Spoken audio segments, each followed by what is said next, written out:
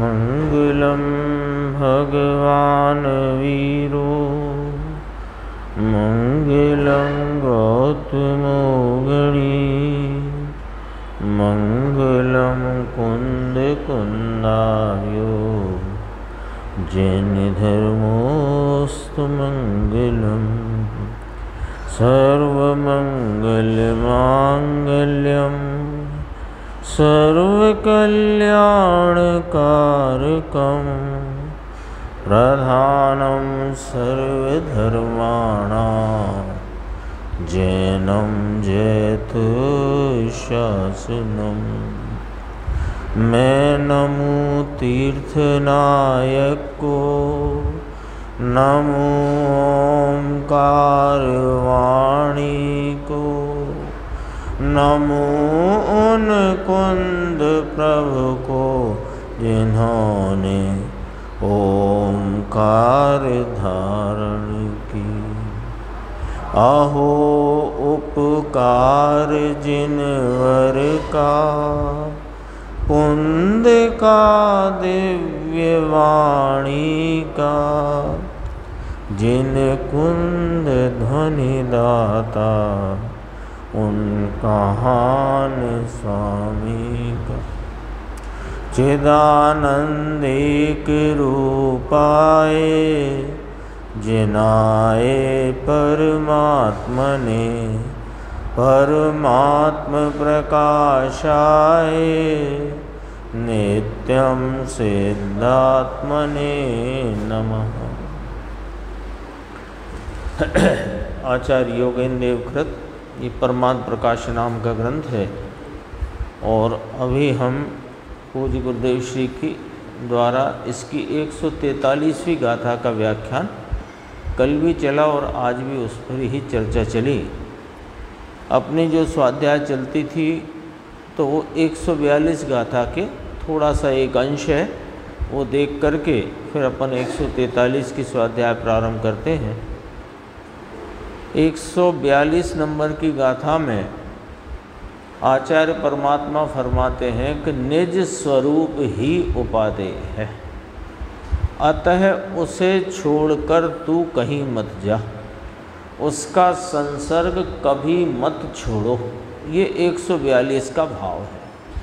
निज स्वरूप ही उपादेय है, इसलिए उसे छोड़कर कहीं ना जाओ। वो देखो यहाँ पर कहा, ये पेज नंबर 269 है हिंदी का। आत्म कल्याण प्रत्यक्ष में संसार सागर के तैरने का उपाय है। इसी को इस प्रकार भी पढ़ सकते हैं, आत्म कल्याण ही संसार सागर के तैरने का प्रत्यक्ष उपाय है, यानी यही उपाय है। साक्षात जो शब्द आ रहा है ना, पंचास्ती काय में तो बहुत चर्चा आई, साक्षात मोक्ष मार्ग, वही भाव यहाँ पर है। प्रत्यक्ष आत्म कल्याण संसार सागर के तैरने का प्रत्यक्ष उपाय है। उसको छोड़कर हे तपोधन, हे प्रभाकर भट्ट और सभी को, एक तो नाम तो संबोधन लिया और सभी को कहते हैं कि हे तपोधन, तू शुद्धात्मा की भावना के शत्रु, शुद्धात्मा अपना ज्ञान आनंद स्वरूप अनंत वीतरागता का पुंज जो चैतन्य भगवान है, उसकी एकाग्रता, उसकी लीनता, आनंद आनंद शांति शांति की परिणति है ना। स्वरूप की एकाग्रता यानी आनंद की, शांति की, वीतरागता की परिणति। उसके शत्रु कौन है? कौन है शत्रु? नाम एक सामान्य अपन विवक्षा ख्याल में लें। शत्रु किसे कहना?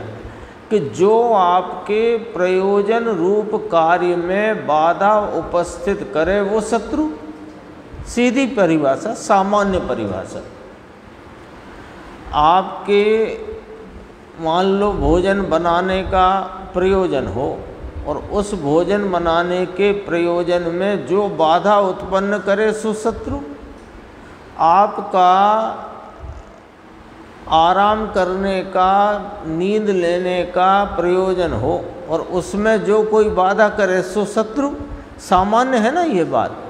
तो ये जो शुद्धात्म तत्व, अपना ज्ञायक तत्व विराजमान, इसकी एकाग्रता अर्थात आनंद शांति वीतरागता की परिणति की प्रवृत्ति में, परिणति के प्रवर्तमान होने में जो बाधा करे सो शत्रु। ये लिया यहाँ अर्थ। तो शुद्धात्मा की भावना के शत्रु, शुद्धात्मा भगवान परमानंद की एकाग्रता के शत्रु मिथ्यात्व और राग द्वेष है।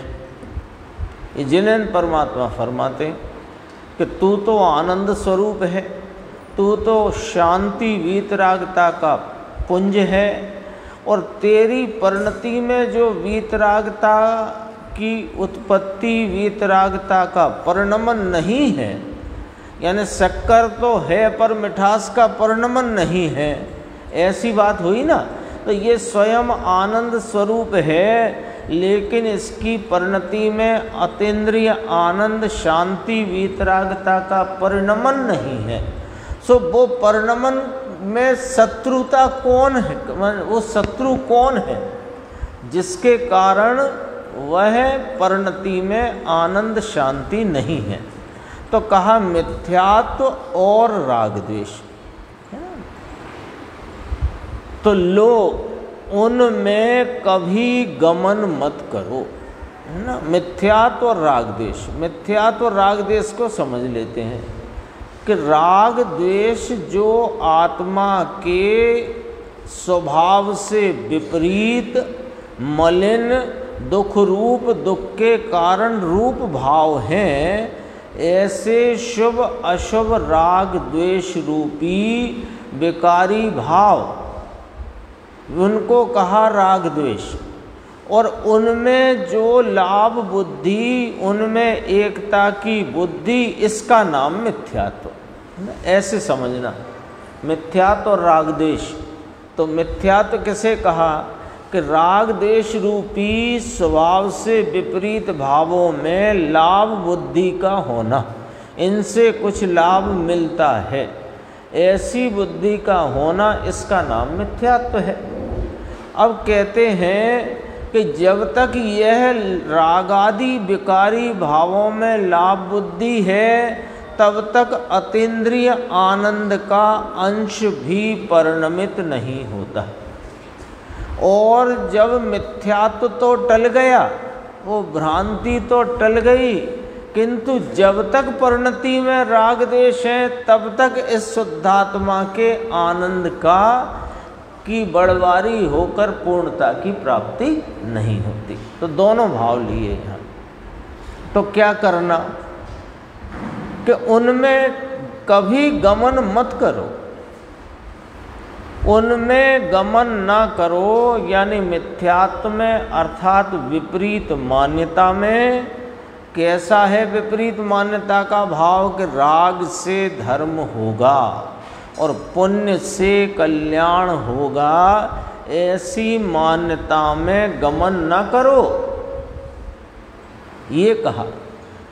और फिर कहा कि फिर अभी ये मान्यता से तुम कदाचित छूट जाओ, तब भी जो राग होगा उसमें गमन न करो।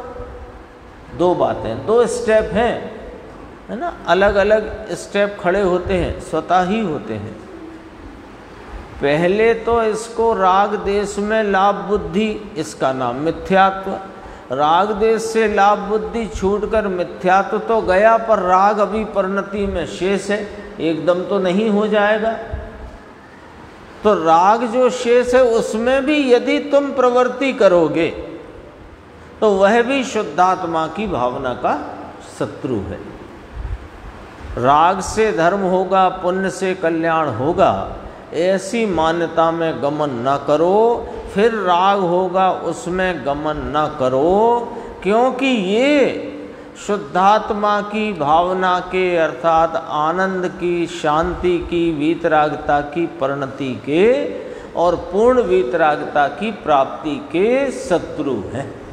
यहाँ तक का व्यवहार रत्नत्रय भी शत्रु है।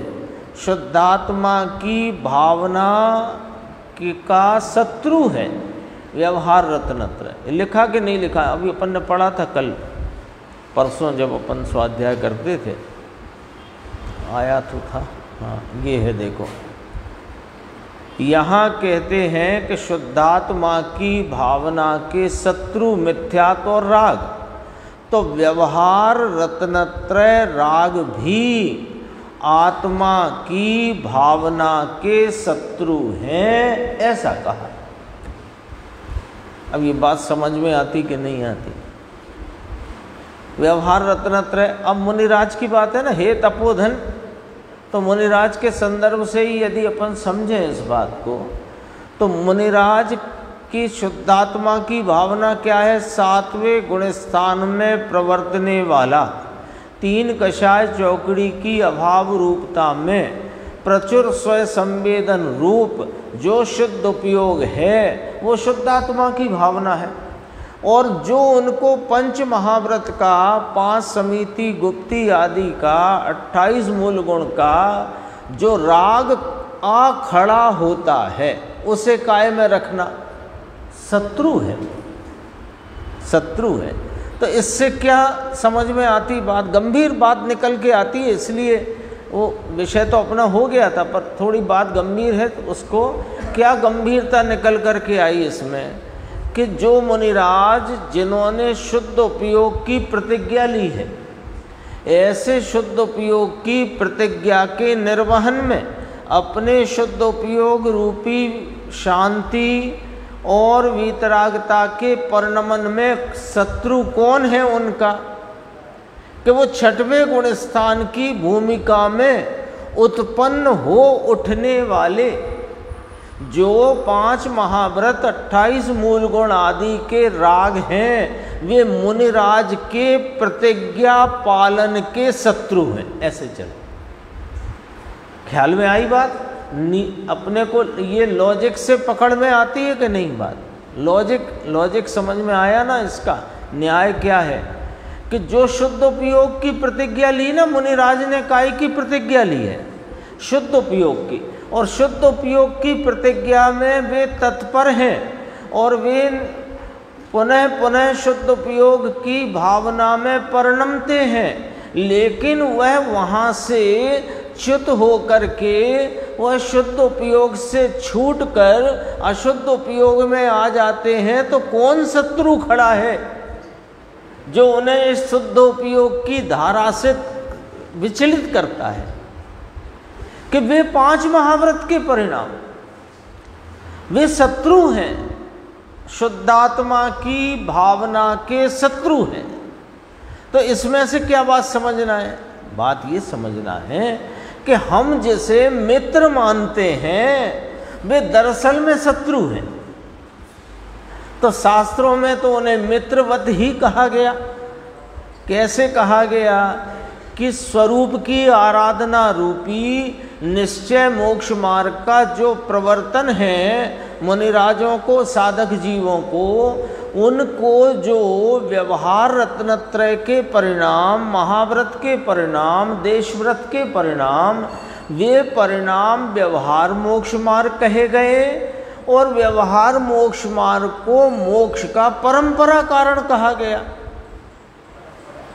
है ना? सहचर देखकर, अनुकूल देखकर, निमित्त देखकर कहा गया। तो वे तो मित्रवत कहे गए शास्त्रों में, और आप शत्रु कहते हो। तो भाई उन्हें मित्र उपचार से कहा है। उपचार क्यों किया? कि वे जब तक पूर्णता प्राप्त नहीं होती तब तक साथ में पाए जाते हैं। एक बात, अन्य दूसरे राग की अपेक्षा इनको अनुकूल कहने का उपचार किया है नहीं, अर्थात कि व्यवहार से कहा गया है। तो वास्तविकता क्या है ना? देखो एक बहुत सरल सा उदाहरण है, अपने बेटी का विवाह हो, वो वही पुराना उदाहरण है, उसी को दोबारा से समझना। बेटी का विवाह हुआ है, दामाद साहब घर आए हैं, उनके एक मित्र भी साथ में आए हैं, तो वे भी कंवर साहब कहलाते हैं कि नहीं कहलाते? कहलाते हैं ना। तो कैसे कहलाते, हम तो ये पूछ रहे हैं, कैसे कहलाते? कंवर साहब होकर कंवर साहब कहलाते हैं कि कंवर साहब है नहीं फिर भी कहलाते हैं? है नहीं फिर भी कहलाते हैं। बात ख्याल में आई ना? है नहीं फिर भी कहलाते हैं कंवर साहब। अब जो कंवर साहब नहीं है और कंवर साहब कहलाते हैं, तो ये क्या हुआ कि ये व्यवहार हुआ, लोक व्यवहार ऐसा ही है, तो ये व्यवहार हुआ।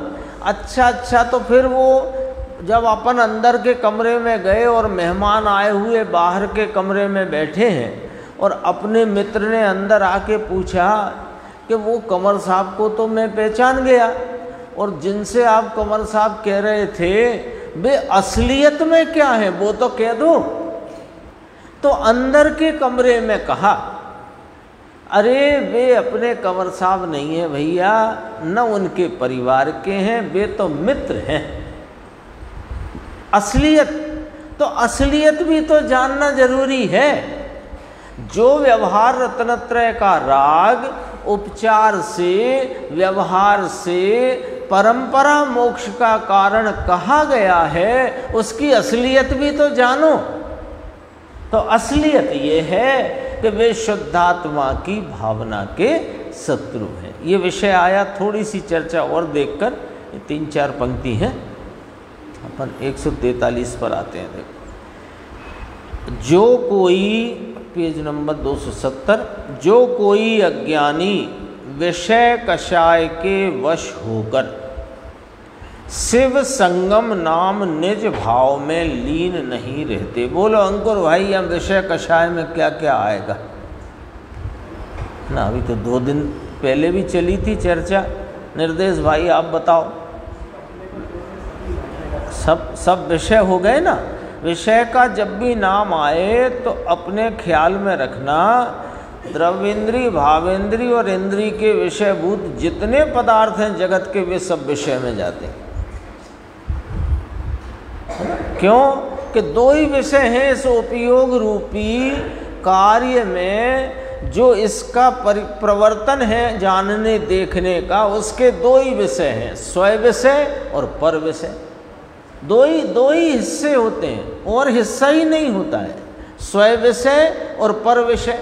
तो स्वय विषय में आएगा कि पर विषय में आएगा? जो भी व्यवहार रत्नत्रय का राग अथवा खाने कमाने भोगने का परिणाम कहाँ जाएगा? पर विषय में।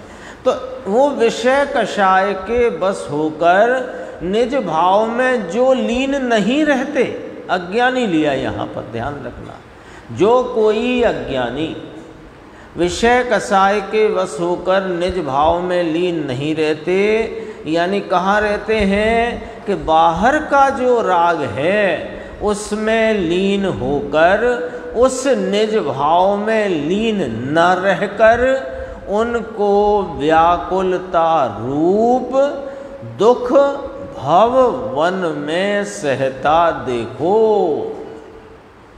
वे कहाँ रहेंगे? जो अज्ञानी जीव अपने निज भाव में नहीं रहते, बाहर जो राग आदि भाव हैं, कषाय की मंदता तीव्रता के भाव हैं, उनमें ही लीन रहते हैं, तो वे उनका रिजल्ट वे कहाँ पाए जाएंगे कि वे व्याकुलता आकुलता रूप दुख के भाव में भव वन में उस दुख को सहते हुए पाए जाएंगे। क्यों कि वे निकल नहीं सकते। कहाँ से? भव वन से।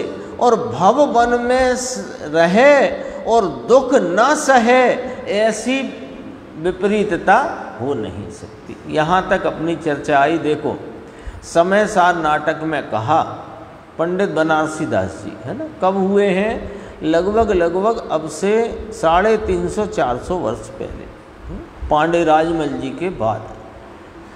वो पंडित बनारसी दास जी नाटक समय सार में कहते हैं कि मुनि को भी महाव्रत का विकल्प वह जग पंथ है। ये सब बातें करने से फायदा क्या? फायदा ये है कि तुम जिसे मोक्ष का पंथ समझ रहे हो, अरे जब वो मुनि को भी मोक्ष का पंथ नहीं कहा जाता तो तुम कहाँ से आए? 143 नंबर का दोहा सूत्र है, कालु अणाई अणाई जियु भवसायरुवि अनंतु जीविम बेणिण पतायम जिणु सामयु सम्मतु।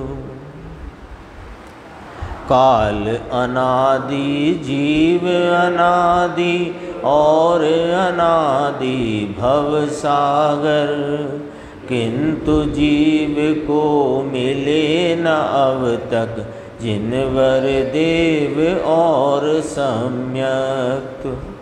देखो, काल अनादि का है, जीव अनादि का, और अनादि से ही ये भवसागर में पड़ा हुआ है।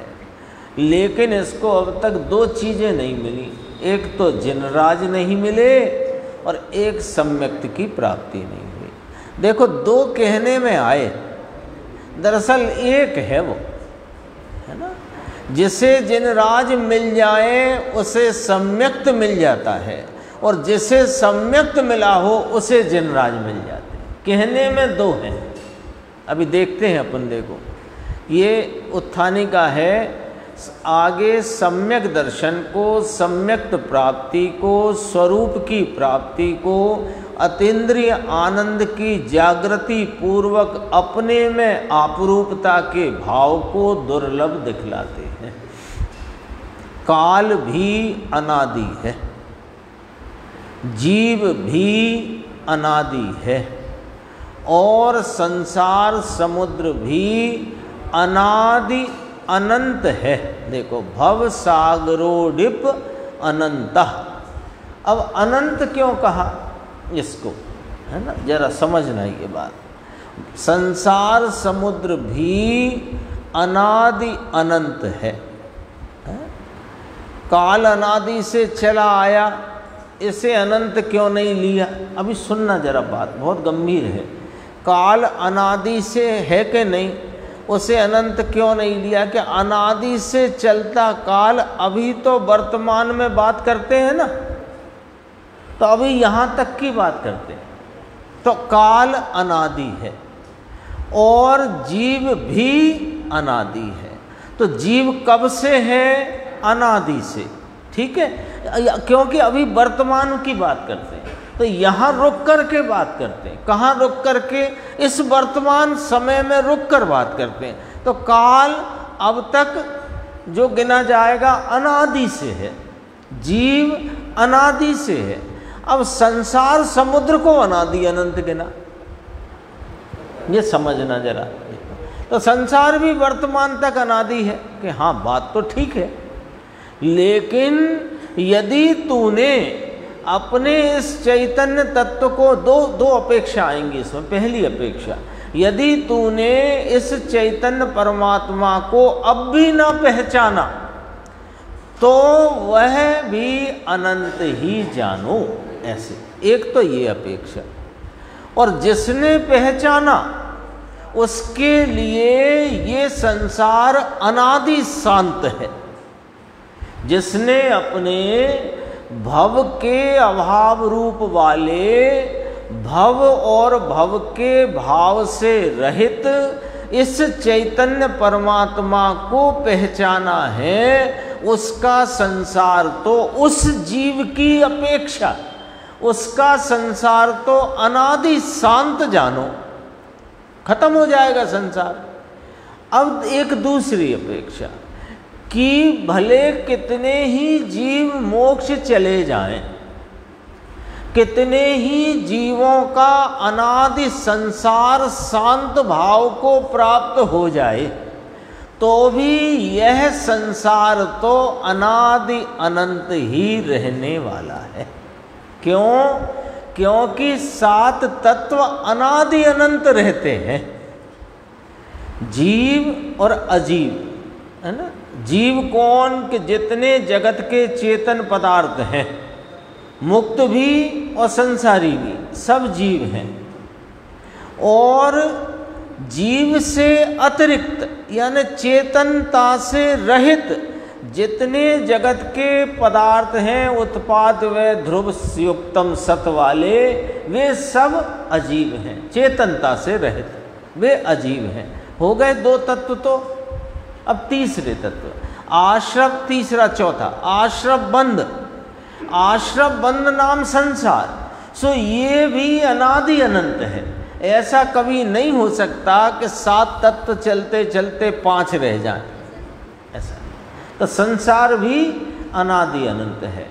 और अनादि से ही जीव अपने स्वभाव को पहचान कर उसकी आराधना करके मोक्ष को प्राप्त कर रहे हैं, किया है, कर रहे हैं, करते रहेंगे। तो संवर निर्जरा मोक्ष भी अनादि अनंत है। तो उस अपेक्षा में देखो तो संसार समुद्र भी अनादि अनंत है, क्योंकि आश्रव बंध अनादि अनंत है। अब देखो, ये तो हुआ चित्रांकन, ये तो हुआ चित्रांकन। अभी वर्तमान का नक्शा बना दिया कि काल कब से के अनादि से, और ये जीव कब से के अनादि से, और ये संसार जिसमें ये परिभ्रमण कर रहा है वो सामान्य अपेक्षा अनादि अनंत। ठीक है, ये नक्शा बन गया। फिर इस जीव ने अब तक क्या किया क्या न किया वो दिखाते हैं। लेकिन इस जीव ने जिन राज स्वामी और सम्यक्त्व ये 2 नहीं पाए, अब तक इसको जिनराज स्वामी नहीं मिले और परिणति में सम्यक्त नहीं जागा, ज्ञान सूर्य का उदय नहीं हुआ, 2 काम नहीं हुए। तो जिनराज स्वामी इसे मिले ही नहीं। अरे आप कैसे कहते हो, है ना। हमने तो अनंत भव में कहते, शास्त्र में आया कि ये जीव तो इसमें आएगा प्रश्न, उधर देखेंगे अपन, सामान्य थोड़ा इशारा करते हैं। ये शास्त्र में आया है कि ये जीव अनंती बार साक्षात तीर्थंकर परमात्मा के समूह में गया, और आप कहते हो कि इसे जिनराज स्वामी नहीं मिले। कि हाँ, उसको भी अभी न्याय से बताएंगे। देखो भावार्थ, काल, जीव और संसार ये तीनों अनादि हैं। उसमें अनादि काल से भटकते हुए इस जीव ने मिथ्यात्व रागादि के वश होकर, मिथ्यात्व रागादि की अपन अभी 142 में चर्चा कर चुके हैं। इस जीव ने मिथ्यात्व रागादि के वश होकर शुद्धात्म स्वरूप अपना न देखा न जाना। यह संसारी जीव अनादिकाल से आत्मज्ञान की भावना से रहित है। इस जीव ने, है ना, ये यहाँ तक हो गई 3 पंक्ति। पहले नक्शा, काल अनादि, जीव अनादि, संसार अनादि। इस संसार में अनादि काल से यह जीव, अपने आप आ गई बात, संसार अनादि, काल अनादि, जीव अनादि। इस अनादि काल से इस संसार में यह जीव, इसने क्या किया कि भटकता रहा। क्यों भटकता रहा? मिथ्यात्व और रागादि के वश होकर। तो मिथ्यात्व रागादि के वश होकर इसको क्या ना मिला कि शुद्धात्म स्वरूप अपना ना देखा ना जाना। 142 में कह चुके हैं, शुद्धात्मा की भावना के शत्रु, तो शत्रुओं के चंगुल में रहा। तो अपने इस शुद्धात्म स्वरूप से न इसका परिचय हुआ, न इसने उसका आस्वादन लिया, न उसमें आपरूपता की प्रतीति की। ठीक है, तो क्या किया फिर इसने भटक भटक कर? भाई है तो अनादि का, तो कहीं तो रहा ही होगा। ऐसा तो है नहीं कि विलुप्त हो गया था, पर्णमन रुक गया था, ऐसा तो नहीं है। तो कहीं तो रहा होगा ना। न्याय समझना।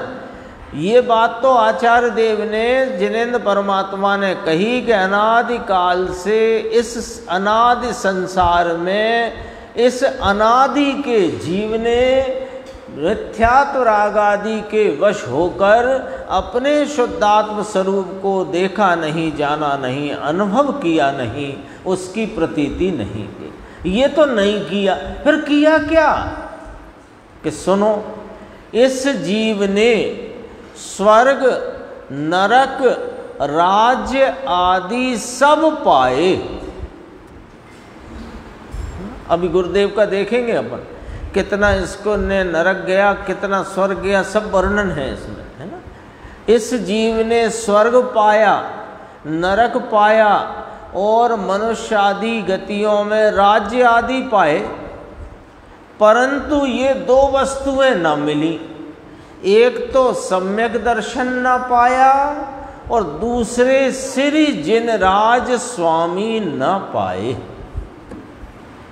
ये जीव अनादि का मिथ्या दृष्टि है ना। देखो, बहुत टीकाकार आचार्य ब्रह्मदेव सूरी इसका भावार्थ भरते हैं तो बहुत गंभीर और विस्तार से कथन करते हैं। देखो, यह जीव अनादि का मिथ्या दृष्टि है और क्षुद्र देवों का उपासक है। ये क्या कह दिया, ये क्या कह दिया? क्षुद्र देवों का उपासक है। अपने को लगे कि पहले का तो नहीं पता हमें,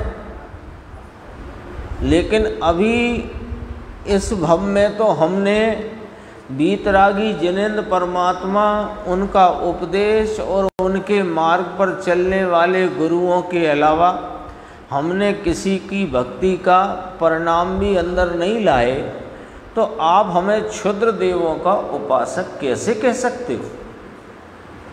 तो कहा कि ऐसे कह सकते हैं, उसमें एक अपेक्षा है कि तुमने उन वीतरागी देवों की वीतरागता को तो पहचाना नहीं और उनके उपदेश में जो तात्पर्य रूप वीतरागता है उसको तुमने स्वीकारा नहीं, और जो गुरु भगवंत आचार्य साधु परमेष्ठी जो वीतरागता के द्वारा वीतराग मार्ग पर प्रवर्तित हैं, तुमने उनकी वीतरागता को तो निहारा नहीं। तो तुमने दरअसल वीतराग भाव को छोड़कर अन्य अन्य भावों की जो उपासना की वो क्षुद्रता है। बात गंभीर है। देखो, ख्याल में आई क्या? पॉइंट निकल करके आए। बीत आप गए कदाचित तो मंदिर देखा, मंदिर का रूप स्वरूप देखा, मंदिर की सजावट देखी, छत्र चमर भामंडल देखे, भगवान की प्रतिमा की मुद्रा, बड़े 8 foot 9 foot 4 foot 12 foot 58 foot, वीतरागता न देखी।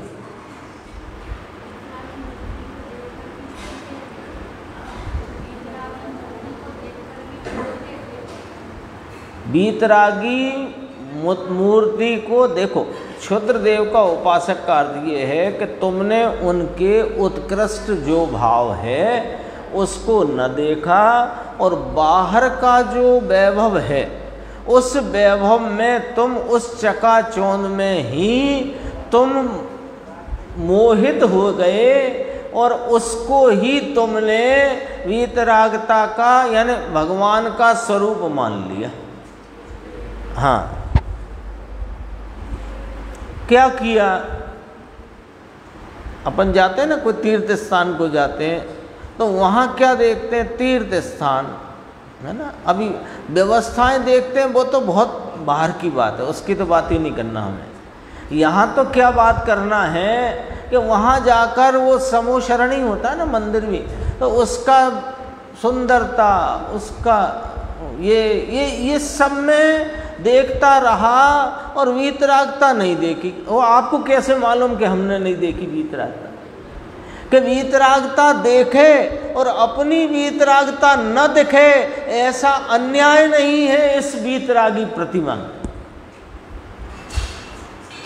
जो उनकी वीतरागता देखे तो अपनी वीतरागता न दिखे।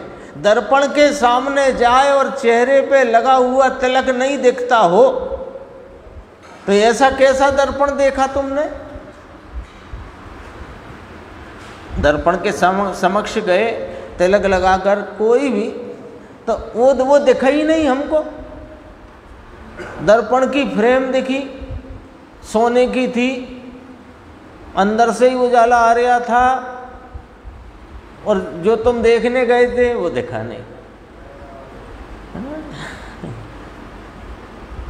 एक यहाँ लगा था पहले, याद आ गई बात। उसमें आता है कि जिनेंद्र परमात्मा के दर्शन से निकांचित और निद्दत कर्म चकनाचूर हो जाते हैं, चूर चूर हो जाते हैं। तो भगवान के दर्शन से इस जीव के कर्म चूर हो जाते हैं, अर्थात उनके कर्मों के अभाव से जीव की परिणति में शुद्धता होती है। अपने पॉइंट ये लेना है, कर्मों से क्या लेना देना। तो भगवान की प्रतिमा, भगवान की छवि, भगवान की वीतरागता निहारते ही यहाँ वीतरागता उत्पन्न हो जाती है। तो हाँ, जिन दर्शन से निज दर्शन होता है। अरे सच कहते हैं, निज दर्शन नहीं हुआ तो जिन दर्शन नहीं हुआ, ऐसा कहना है। श्री जिनराज भगवान की भक्ति इसको कभी नहीं हुई। कैसी बात लिखी देखो आचार्य योगेंद्र देव और टीकाकार ब्रह्मदेव सूरी महाराज ने। जिनराज भगवान की भक्ति नहीं हुई इसको, है ना। हमने तो सिद्ध चक्र मंडल विधान रचाया, 8 दिन, है ना, इतनी इतनी पूजाएं की और बहुत भक्ति भाव से की, ऐसे नहीं जोर शोर से की, पर तेरे हुई नहीं भाई। देखो क्या क्या लिखा यहाँ, श्री जिनराज भगवान की भक्ति इसे कभी नहीं हुई, अन्य देवों का उपासक हुआ, सम्यक दर्शन नहीं हुआ। समझना भैया क्या कहना है, बहुत बहुत गंभीर है बात। इसको क्या लगा, ये भी एक भ्रांति है, सुनना जरा, बहुत गंभीर है। इसको क्या लगा कि देखो, जब मैंने जिनेंद्र प्रभु को निहारा, उनकी वीतरागता के स्वरूप को देखा, तो मेरे वीतरागता नहीं दिखी, तो ये तो भक्ति हुई नहीं, पहली बात। लेकिन इससे क्या लगता, व्यवहार भक्ति तो हुई ना, मेरे व्यवहार भक्ति तो हुई ना, उसे तो रखो। नहीं, एक 8 दिन तक महामंडल विधान रचाया, एक समय भोजन किया और सब व्यवस्था, और 4-4 घंटे भगवान की भक्ति पूजा करी, उनके गुण स्तवन किए, एक एक सिद्ध परमेष्टि के एक एक एक एक एक एक एक एक भाव को अर्घों में बोला। अकेले चावल चढ़ाए नहीं, मैंने बोला भी, सब किया। फिर जो विद्वान आए थे उनने उसका अर्थ भी समझाया। तो व्यवहार भक्ति तो मान लो, कि नहीं मान पाएंगे भैया। क्यों नहीं मान पाओगे? व्यवहार भक्ति क्यों नहीं मान पाओगे? क्योंकि व्यवहार भक्ति तब कहलाए जब तेरे अंतरंग में निश्चय भक्ति का जन्म हुआ हो। बात आई समझ में? व्यवहार भक्ति कब कहलाएगी? निश्चय भक्ति कहलाएगी। निश्चय भक्ति कब कहलाएगी? कि जब ऐसे परमात्मा की वीतरागता और उनकी परिपूर्णता को देखकर अपना परिपूर्ण वीतरागी स्वभाव दिखे, अनुभव में आए, स्वाद रूप होकर प्रतीति हो, तो निश्चय भक्ति।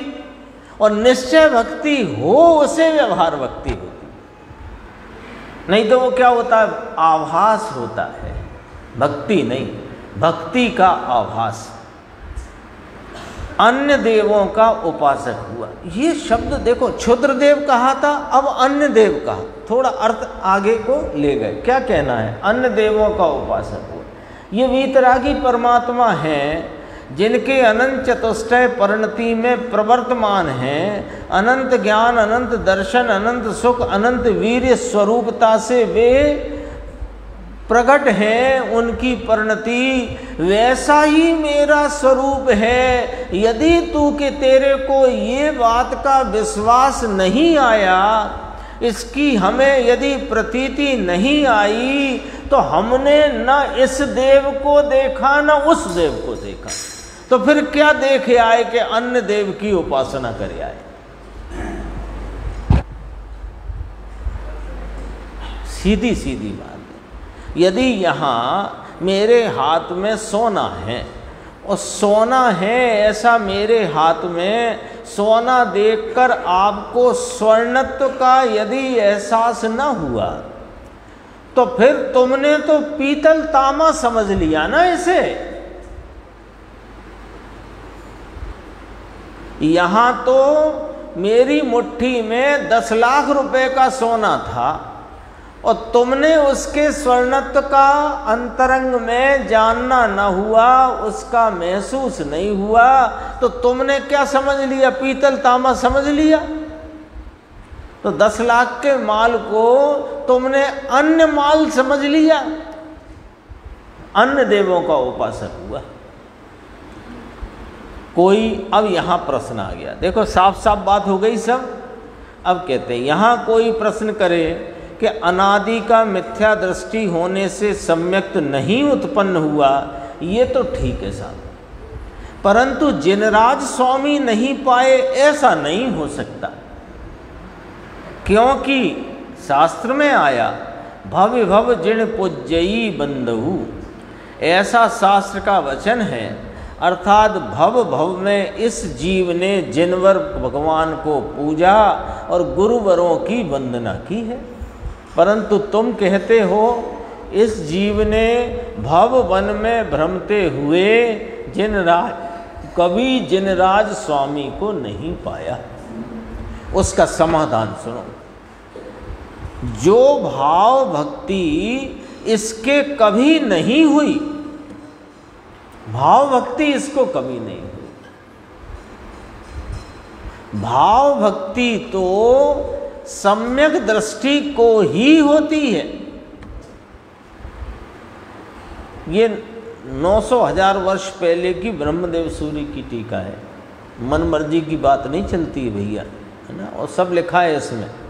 और जहाँ अपने को लगे कि हो सकता है कहीं हिंदी करने में भूल चूक हो गई हो, तो संस्कृत साथ में प्रिंट की हुई है, अपन पढ़ सकते हैं, है ना। देखो,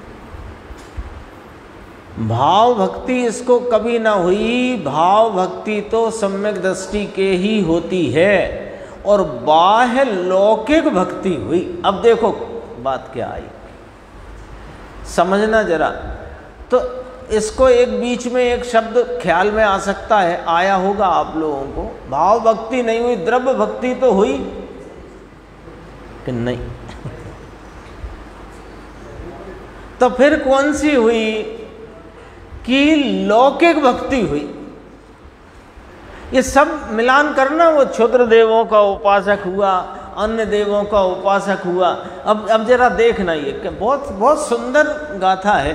गुरुदेव तो 142 में ही इसको याद कर रहे थे और 143 में 147 याद कर रहे हैं। देखो, बाह्य लौकिक भक्ति क्यों हुई? संसार के प्रयोजन के लिए हुई, वह गिनती में नहीं आती, हम उसे भक्ति नहीं कहते। बोलो, सांसारिक प्रयोजन के लिए हुई। हमने तो कभी नहीं मांगा कि हमें पुत्र दे दो, कि हमारी भंडार भर दो, कि धंधा चला दो। हमने ऐसा कभी भगवान से नहीं मांगा। हम जैन हैं आखिरकार, पर तेने नहीं मांगा, पर तेरे अंदर में भगवान के दर्शन करते समय ये जो अंदर में मान्यता चलती आई कि इससे मेरे नरक त्रियंच आदि गति से मैं बचूंगा और देवादिक गति मिलेंगी, इसका नाम क्या कहना? बोलो राकेश भाई, क्या कहना है इसको? लौकिक संसार का प्रयोजन। बोलो है कि नहीं? ये थोड़ी संसार का प्रयोजन है। इस भव में पुत्रादिक की प्राप्ति हो, विवाह नहीं होता हो तो विवाह हो जाए, और व्यापार न चलता हो तो चल जाए, यही थोड़ी सांसारिक प्रयोजन है। आगे की सेटिंग भी सांसारिक प्रयोजन है ना। इतना भी भाव रखा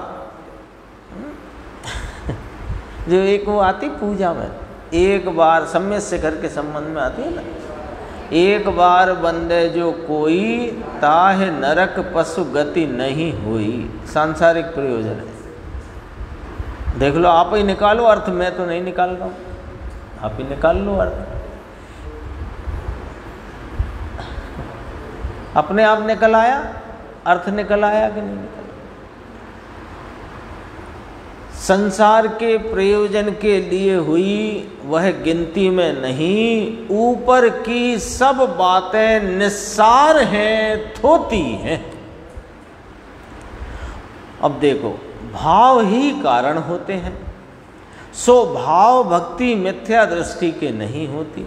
ये क्या कह दिया कि तेरे हाथ जोड़ना, साष्टांग प्रणाम करना, है ना, आदि इत्यादि जो कुछ भी देहिक क्रिया है वो तो कोई कारण होती नहीं। कारण भी जो होता है, यानी कारण सुनो, कर्म बंध में, कर्म क्षय में, निमित्त की बात करते हैं, कर्म बंध में और कर्म क्षय में, दोनों में यदि कोई कारण होता है तो देह क्रिया तो नहीं, तेरा परिणाम भाव कारण होता है। शुद्ध भाव है तो कर्म क्षय में कारण कहलाएगा, और वह शुभ अशुभ भाव है तो उस तरह के बंध में कारण कहलाएगा। देह की क्रिया तो कहलाएगी ही नहीं। ये इतनी सी बात यहाँ कहना थी कि भाव कहाँ गया, भाव ही कारण होते हैं, सो भाव भक्ति मिथ्या दृष्टि के नहीं होती। ज्ञानी जीव ही जिन राज के दास हैं। लो, अब इधर से बात घटाई कि हमें कौन नहीं मिले, कि जिन राज स्वामी नहीं मिले। स्वामी नहीं मिले यानी तू दास न हुआ। जिन राज तो है ही, अनंत सिद्ध विराजते हैं, महाविदेह में तीर्थंकर परमात्मा अभी भी विराजते हैं। पूर्व में तीर्थंकर इस भरत क्षेत्र में भी हो गए अनेकों, अनंती 24 हुई ना, और अभी वर्तमान महावीर भगवान शासन नायक हैं। तो वे तो हैं और तू भी है, लेकिन वे तेरे स्वामी ना हुए और तू उनका दास ना हुआ।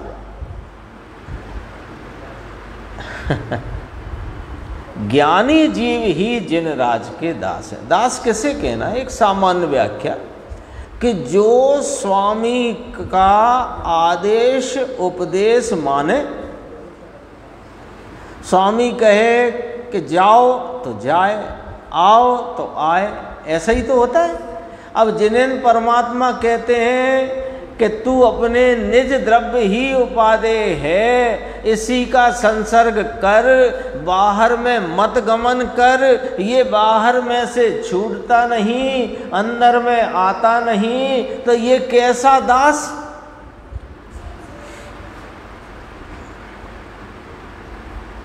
ज्ञानी जीव ही जिन राज के दास हैं।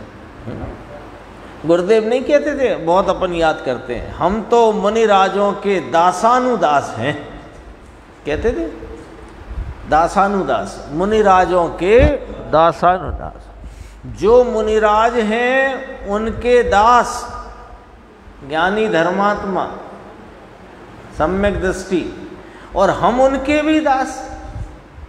भले हम भी सम्यक दृष्टि, लेकिन वे जिस राह पे चले उस पे ही हम चलते हैं, उनका ही पथानुगमन करते हैं। ज्ञानी जीव ही जिनराज के दास हैं, सो सम्यक्त बिना भाव भक्ति के अभाव से जिन स्वामी नहीं पाए, इसमें संदेह नहीं है। जो जिनवर स्वामी को पाते तो उसी के समान होते। ऊपरी लोक दिखावा रूप भक्ति हुई। लोक दिखावन, लोग देखें कि मैं बड़ा भक्त हूँ, लोक दिखावा, लोक दिखावा रूप भक्ति हुई। सो वो भक्ति किस काम की, यह जानना। अब श्री जिनदेव का और सम्यक दर्शन का स्वरूप सुनो। अनंत ज्ञानादि चतुष्टय सहित और क्षुदादि 18 दोष रहित हैं, वे जिन स्वामी हैं।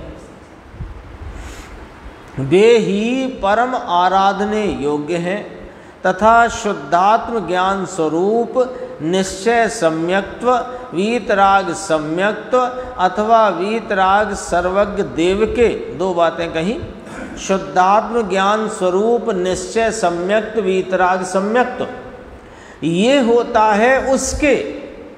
कौन सा व्यवहार होता है कि वीतराग सर्वज्ञ के उपदेश में आए हुए 6 द्रव्य, 7 तत्व, 9 पदार्थ और 5 अस्तिकाय, उनका श्रद्धान रूप सराग सम्यक्त, वह निश्चय व्यवहार 2 प्रकार का सम्यक्त है। निश्चय का नाम वीतराग है, व्यवहार का नाम सराग है। एक तो चौथे पद का यह अर्थ है, दूसरा ऐसा शिव संगमु सम्मत्तु, ये चौथा पद आया था ना सूत्र में, देख लो। एक अर्थ तो ये विस्तार से यहाँ तक लिखा, देखो, जीविम बिण्णी न पताई, ये चौथा पद यहाँ से शुरू हुआ। जिणु सामयी सम्मत्तु, है ना, इसका हिंदी में ये ना, जीवेन द्वे न प्राप्त जिन स्वामी सम्यक्त्वम, इसी का अर्थ चलता है। अंतिम पंक्ति है, देखो, इसका अर्थ ऐसा है कि शिव जो जिनेन्द्र देव, उनका संगम अर्थात भाव सेवन इस जीव को नहीं हुआ और सम्यक्त नहीं उत्पन्न हुआ। दोनों बातें एक हुई कि नहीं हुई? कहने में दो चल रही थी, समझाने के प्रयोजन से, उस दृष्टिकोण से दो चलती हैं। जिनवर स्वामी नहीं मिले तो उनका दास न हुआ और तेरे परिणति में सम्यक्त का जन्म न हुआ। दो कहे पर एक ही बात है, एक ही बात है। जिसे सम्यक्त का परिणमन प्रगटा उसे जिनवर स्वामी मिले, और जिसे जिनवर स्वामी मिले उसे नियम से सम्यक्त हुआ।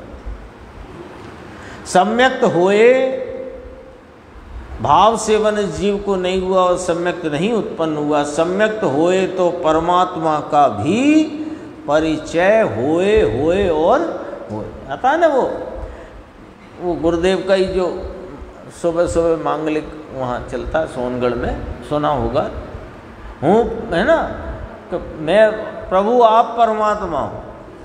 तो कहा कि नहीं, मैं परमात्मा नहीं, पहले तुम ये नक्की करो कि तुम परमात्मा हो, तब तुम्हें ये नक्की होगा कि मैं परमात्मा हूँ। ऐसा आता ना, वही वाली बात थी। थोड़ा सा प्रवचन में ऐसे देखते हैं अपन।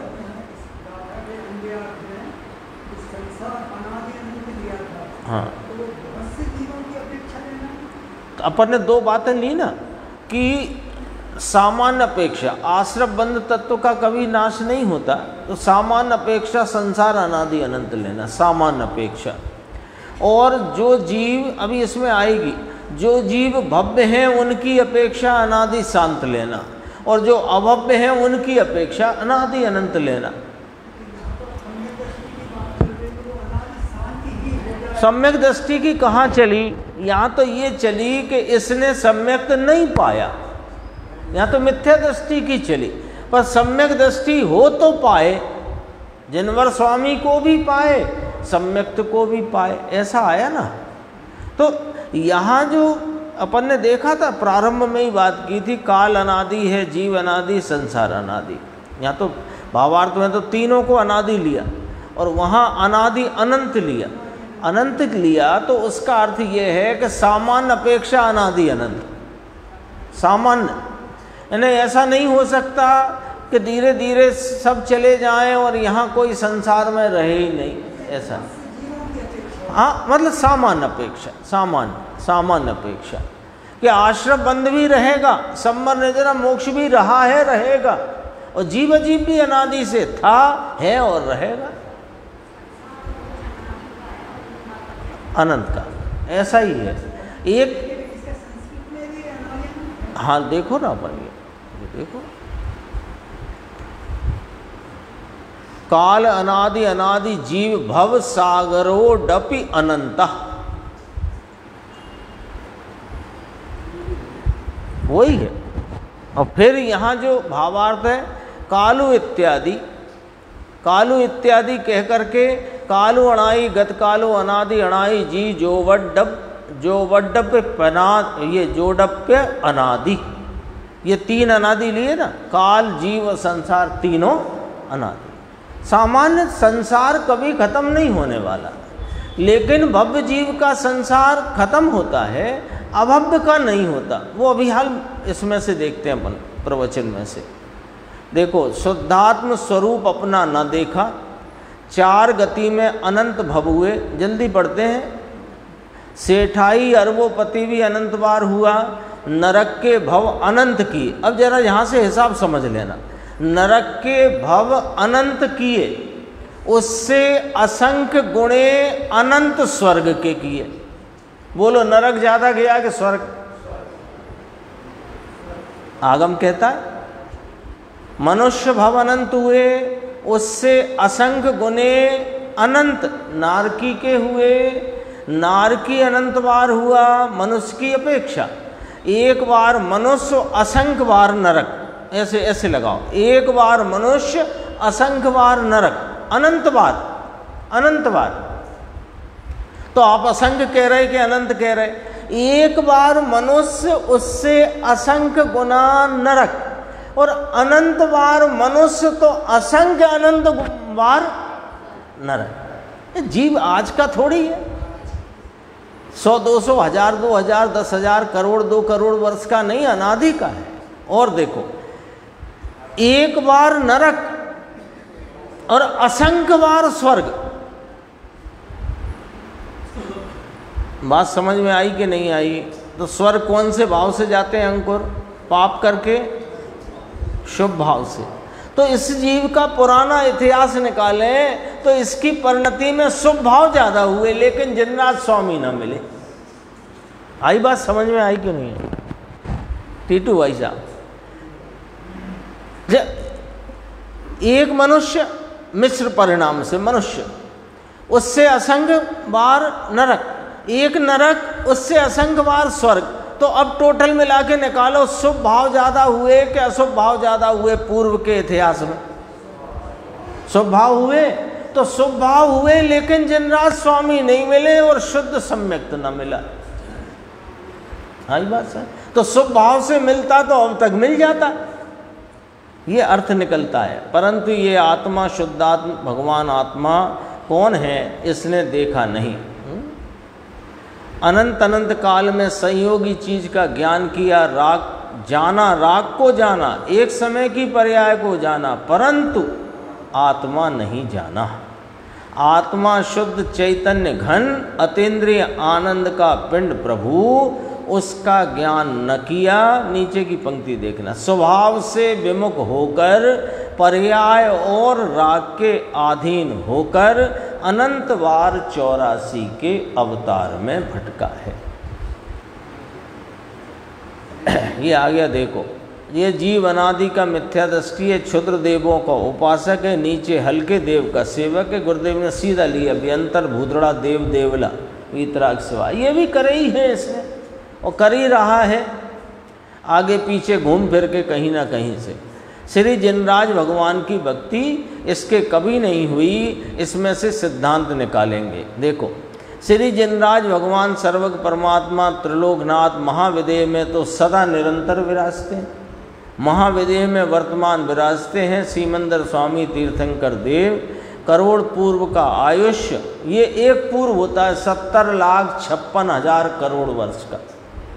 ऐसे एक कोटि पूर्व, करोड़ पूर्व का आयुष्य, 500 धनुष का देह, 2000 हाथ ऊंचे भगवान विराजते हैं महाविदेह में। वहाँ कभी तीर्थंकर का विरह नहीं होता। अनंत बार जन्मा, बस यहाँ तक पहुँचना था। ये विदेह का बहुत प्रेमी हो रहा है ना। कोई तो कहता भैया भद्र मिथ्या दृष्टि विदेह जाते हैं, तो अपन तो भद्रता करो, मैंने मिथ्या तो रखो भद्रता के साथ। वारे वाह, जब अभी सम्यक प्राप्ति का अवसर है, नहीं वहीं विदेह में ही सेट करेंगे मामला। तो सुनो, विदेह भी अनंत बार जाकर के आया है। क्षेत्र परावर्तन लगा लो, भाव परावर्तन लगा लो, भव परावर्तन लगा लो, देख लो, पढ़ लो, समझ लो। श्री जिनराज भगवान की भक्ति इसके कभी नहीं हुई, अन्य देवों का उपासक हुआ, सम्यक दर्शन नहीं हुआ। भक्ति के 2 प्रकार है ना। ये एक प्रश्न आया कि 2 प्रकार हैं। बाहर से भगवान की पूजा व्यवहार, वो व्यवहार है, वह शुभ भाव है, वो तो अनंत बार किया। आत्मा आनंद वीतराग मूर्ति प्रभु की एकाग्रता, स्वयं सनोख में एकाग्रता, आनंद का स्वाद आना, ऐसी जिनराज की भक्ति कभी नहीं की। पर की भक्ति करता है तो शुभ भाव होता है, शुभ भाव है वह तो दुख है, अनंत काल से भटकता है। भगवान की भक्ति पूजा भी अनंत बार की, वो शक्ति लिखा है भक्ति है। भगवान की भक्ति पूजा भी अनंत बार की, परंतु भाव भक्ति नहीं की। शुभ भाव की भक्ति व्यवहार से की। आनंद मूर्ति प्रभु आत्मा, वह आप स्वयं जिनराज है, उसकी भक्ति अर्थात उसका आदर करके कभी अपने में लीन ना हुआ। मुझे यहाँ तक पहुँचना था, भले अब बाकी का रह जाएगा थोड़ा सा, तो उसे अपन आगे की स्वाध्याय में ले लेंगे, थोड़ा ही बाकी है लेकिन उसे कल ही लेंगे। बस यहाँ तक पहुँचना था मुझे, वहाँ पहुँच गए हैं।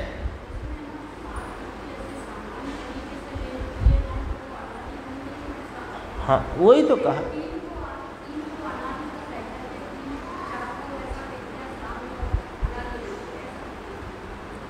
बात किससे कर रहे हैं? हमसे बात कर रहे हैं, हम सबसे बात कर रहे हैं। तो हम सबको बात करेंगे तो वर्तमान में रखकर करेंगे ना। तो वर्तमान को जब आप देखोगे तो अनादि से वर्तमान यहीं तक आएगा ना, अनंत में तो नहीं जाएगा, वर्तमान तो नहीं जाएगा। वर्तमान से भूतकाल, भूतकाल अनादि से कहलाएगा और भविष्य अनंत कहलाएगा। तो यहाँ तो भूत से वर्तमान तक की बात करना है, क्योंकि बात अपन से अभी की जा रही है। अभी नहीं देखा, कोई देखेगा अपने स्वरूप को देखेगा, जिनराज का वास्तविक स्वरूप देखेगा, सम्यक्त को भी पाएगा, जिनराज स्वामी को भी पाएगा और उनका दास होएगा। तो काल अनादि, भूतकाल अनादि, और जीव भूतकाल से है माने अनादि से है, और संसार अनादि अनंत है। उस अनादि अनंत संसार में जो तुमने अब तक जिनराज स्वामी सम्यक्त को नहीं पाया, अब तक वर्तमान अब तक नहीं पाया, तो तुम यदि नहीं पाओगे तो संसार अनंत है। वो ही पढ़ना है मुझे भाई, यहाँ तक पहुँचना था। और यदि पाओगे तो तुम्हारा संसार तो शांत होगा, लेकिन संसार मिट नहीं जाएगा। ये भी बात सामने है। अभी देखो ये 3 पंक्ति में एकदम स्पष्ट होगा। आपको अभव्य नहीं पूछता भगवान, हे वीतरागी भगवान आपको अभव्य नहीं पूछता।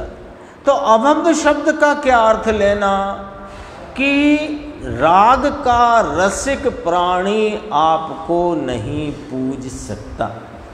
अभव्य किसको कहा यहाँ? अभी यह वर्तमान अपेक्षा से लेना, उसकी भविष्य की योग्यताओं अपेक्षा अभव्य नहीं कहा यहाँ। वर्तमान में यदि वह राग का रसिक प्राणी है सो वह अभव्य है, वह आपको नहीं पूज सकता, क्योंकि आपको जानता ही नहीं। आपको पहचानता ही नहीं। जिसे राग का रस और विकार का प्रेम है वह आपकी परमार्थ माने वास्तविक पूजा नहीं कर सकता। तो जो करता है उसको क्या कहा था टीका में? लोक दिखावा मात्र, लोक दिखावा, है ना। अब आज पूजा करो, कल पूजा करो, तो थोड़ा विचार करना कि मैं क्या कर रहा हूँ, पूजा कर रहा हूँ कि लोक दिखावा कर रहा हूँ, जरा विचार करना। तो उससे क्या होगा कि असलियत सामने आएगी, है ना। कभी कभी खून की जांच कराते हैं, क्यों? कि अपनी रिपोर्ट तो सामने आए क्या चल रहा है। कराओ, करो, ये भी करके देखो क्या कर। हाँ, व्यवहार भक्ति तो निश्चय भक्ति वाले को होती है, और ये जो भक्ति का कार्यक्रम अपना चल रहा है ये लौकिक भक्ति, लोक दिखावा। जिसे राग का रस और विकार का प्रेम है वह आपकी परमार्थ पूजा नहीं कर सकता। क्यों नहीं कर सकता साहब? अब ये पॉइंट समझना बस।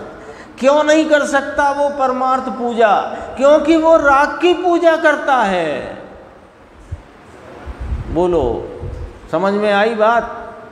राग का रसिया उस राग के पोषण में मदमस्त होकर के राग की जो पूजा करे वो वीतराग की पूजा कैसे करे? लॉजिक है चंद्रकांत भाई साहब, देखो कितना गजब का। जो राग की पूजा करता है वो वीतराग की पूजा कर नहीं सकता। अरे भगवान के समय भी माने साक्षात भगवान विराजते हों, लेकिन अपना स्वरूप नहीं जानता, उनका स्वरूप नहीं जानता।